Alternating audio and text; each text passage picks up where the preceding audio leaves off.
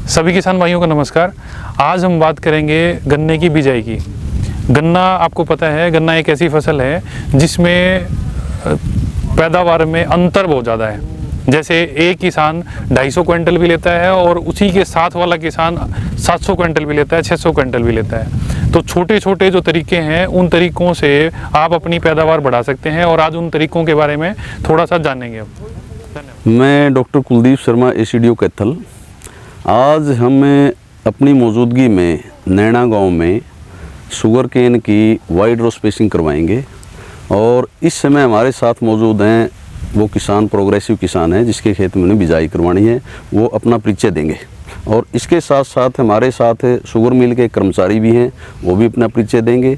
और हम नवीनतम जो टेक्नोलॉजी है, जैसे सीड ट्रीटमेंट है, स्पेसिंग है, दूसरी जो सारी तकनीकें हैं, खाद कितना, वो सारी चीज़ों के बारे में विस्तार से अभी बात करेंगे। सबसे पहले हमें अपने जो किसान है, प्रोग्रेसिव किसान, उनका परिचय ले लेते हैं। नमस्कार जी, मैं सुरेश कुमार जी, श्रोप सुभाष चंद, गाँव नैना से। और नमस्कार जी, मैं शमशेर सिंह सूर मिल कैथल केन कामदार जी। मैं अर्ली वैरायटी के जो पीबी, COPB के बारे में किसान को जागरूक करते हुए उसके बारे में कुछ बातें बताते हुए जी, किसान के बारे में बिजाई के करने बारे में मार्गदर्शन करवाते हुए जी, आगे सुभाष जी पूरी बात नहीं आप बोल रहे जी, बस थोड़ा सा। देखिए, ये जो सीज़न है ऑटम सीज़न, हम किसान को सबसे पहले प्रेफर करते हैं कि हर एक किसान जो भी बिजाई करनी है वो इसी सीज़न में बिजाई करे, क्योंकि अर्ली सोइंग होगी शुगर मिल के लिए, किसान के लिए, सबके लिए इसमें फ़ायदा होता है। और इन चीज़ों के लिए जैसे आप इधर देख सकते हैं, ये पूरी तरह से किसान ने खेत तैयार किया हुआ है। प्लोइंग वगैरह, प्लैंकिंग, ये सब कुछ इसने किसान ने अपने तैयार किया हुआ है। इसके बाद अब हम अपनी प्रेजेंस में ये जो शुगर केन की जो पोरियाँ काटी हैं, जो 2 बड की पोरियाँ ली हैं, उसकी अब अपनी मौजूदगी में किसान अब इसका सीड ट्रीटमेंट करेगा। उसके लिए बेविस्टिन 1 ग्राम कार्बेंडाजिम जो होती है 1 ग्राम प्रति लीटर पानी के हिसाब से, और अपनी मौजूदगी में उसको 5 मिनट के लिए डीप करवाएंगे। 5 मिनट डीप करवाने के बाद उनको निकाल के फिर सोइंग करवाएंगे। साथ ही साथ उसमें जो हमने खाद की मात्रा जो डलवानी है वो यूरिया लगभग 20 किलो प्रति एकड़, DAP 1 बैग, म्यूरोटो पोटास लेंगे हम लगभग 35 किलो प्रति एकड़।